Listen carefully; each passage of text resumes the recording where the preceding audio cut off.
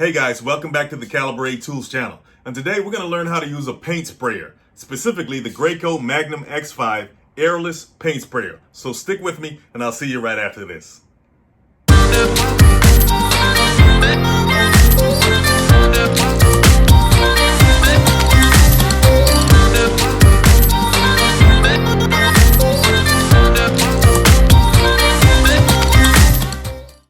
Okay guys, here's the Magnum X5 airless paint sprayer here. And one of the good things about this paint sprayer setup is that they give you an owner's manual, of course, but they also give you a quick guide to highlight the steps that you need to take to operate this thing. So let's get right into it. Now, the first thing you want to do is learn where all of the controls are.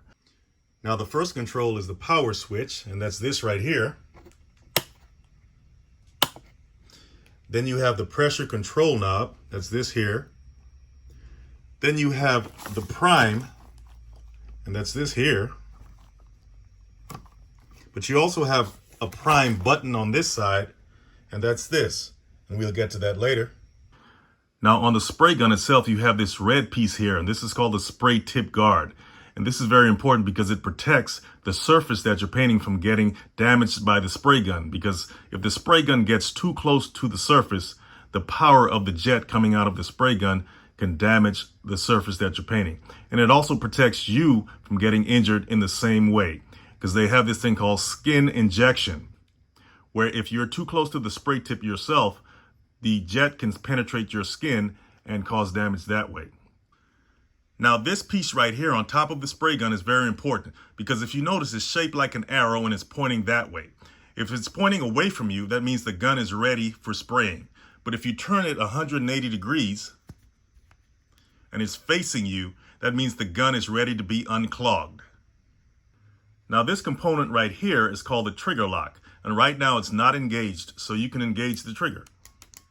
But if you turn it where this piece right here is pointing towards you, the trigger is locked.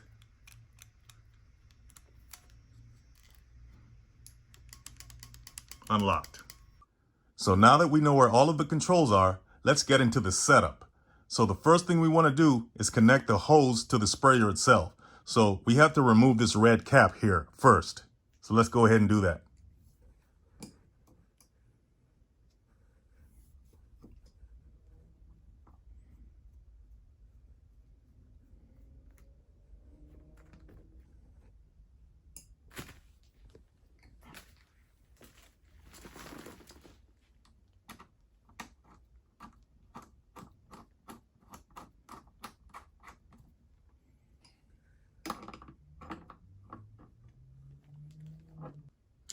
Now, when you're tightening this with the wrench, you don't want to tighten it too much. It doesn't take that much to tighten it with the wrench, and you don't want to damage this portion because if you do, you're out of a sprayer. So the next thing you want to do is turn the pressure control knob all the way to its lowest setting. So you just take the knob and turn it this way. And the way you know it's at its lowest setting is you turn it all the way to the left, and this yellow-orange line here gets smaller and smaller until it stops. Okay, so the next thing we want to do is make sure that the power switch is turned off. So let's do that. And we want to plug the unit into a secure wall outlet. So the next thing you want to do is separate the drain tube, which is the smaller tube, from the larger tube, which is the suction tube, and they're held together by these tension clamps. So all you have to do is pull them apart gently. And there you have it. So once you have your drain tube separated, you want to place it in a designated waste pail, and that's the one I have on the left. And you want to submerge the suction tube in a pail full of water if you're dealing with water-based paints or latex paints. If you have oil-based paints, you want to submerge it in a pail full of mineral spirits. So since we're dealing with latex paints or water-based paints, we'll put it in water.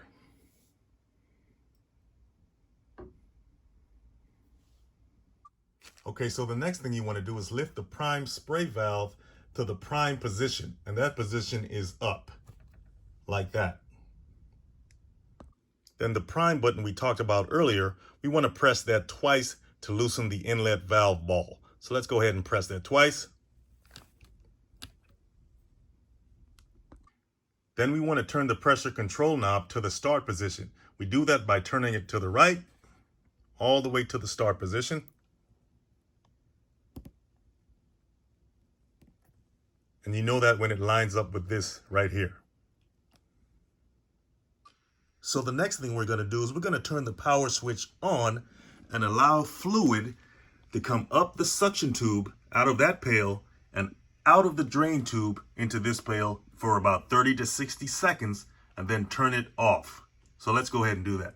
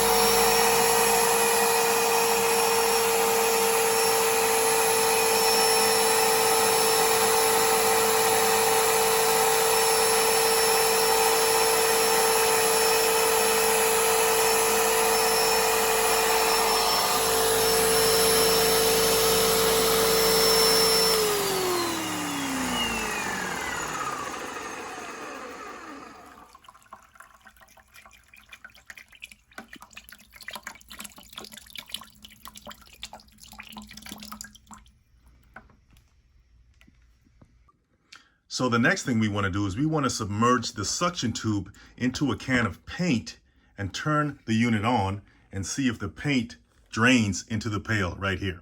So let's go ahead and do that.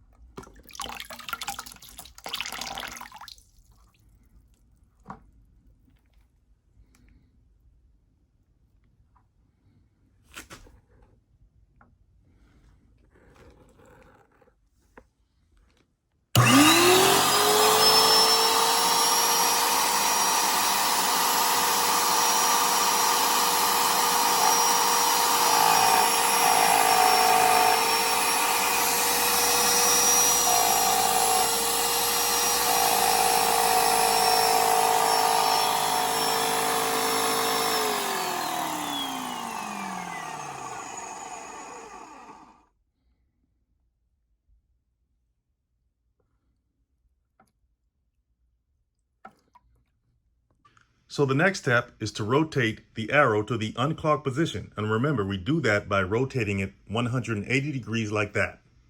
Then we're going to disengage the trigger lock. Then we're going to point the gun into the waste pail while pulling the trigger. We're going to lower the prime valve and turn the unit on. So when paint comes out of the gun like you just saw, you want to release the trigger, engage the trigger lock. Then you want to take the drain tube and submerge it in the paint pail and attach it to the suction tube again with a tension clamp.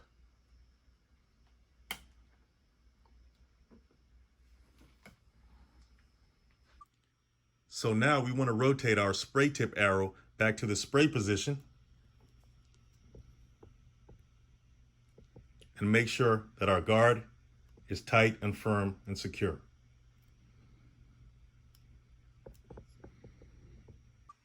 Okay, so let's disengage the trigger lock, turn it on, and start spraying. Now when spraying, you want to keep your gun about 12 inches or a foot away from the surface.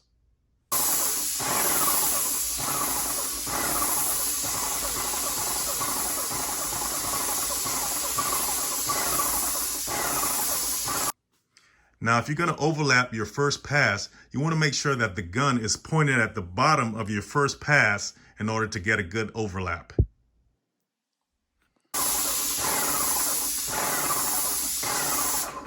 If you want to spray horizontally, you make sure that your guard is turned horizontally, like that. If you want to spray vertically, you make sure that the guard is vertical, like that.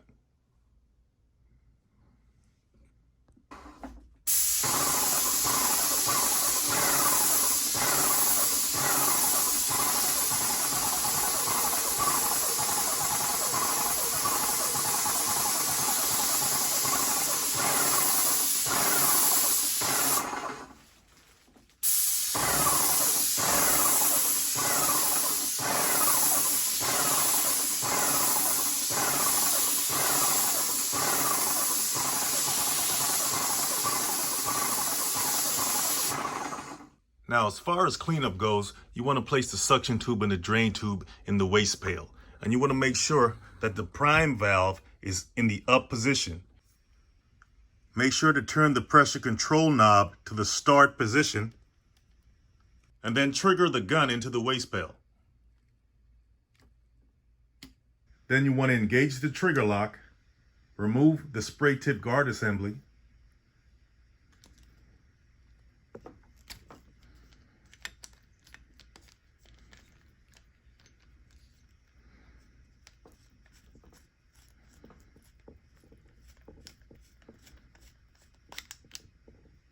and place it in the waste pail as well.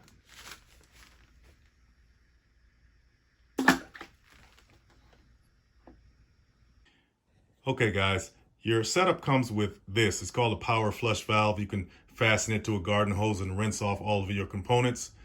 I didn't have access to that, so what I did was I took apart everything, including the spray guard and the handle, as you can see, and the inlet screen, and I rinsed them off under a tap, and it worked okay. So one thing to remember is when you're rinsing your handle off, it has a filter, okay? You want to take this filter out like I just did and rinse this off because it will be full of paint, and you want to make sure that this is clean, okay? And it goes right back in the handle like that, and there you go. You want to make sure you rinse off all of the insides of your guard and this as well, your spray tip. You want to make sure that all of the paint is out of all of these holes and crevices, including this handle assembly as well.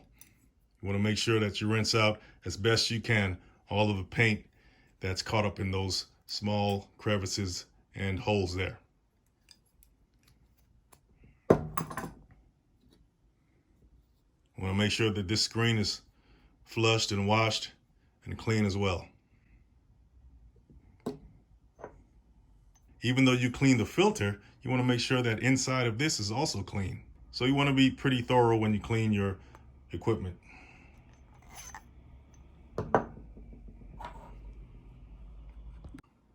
So if you were wondering how to separate the spray tip from the guard, the spray tip normally sits in here like that. So when you unscrew this from the hose and separate this from the hose, you can simply pull out the spray tip like that. It slides in and out pretty easy.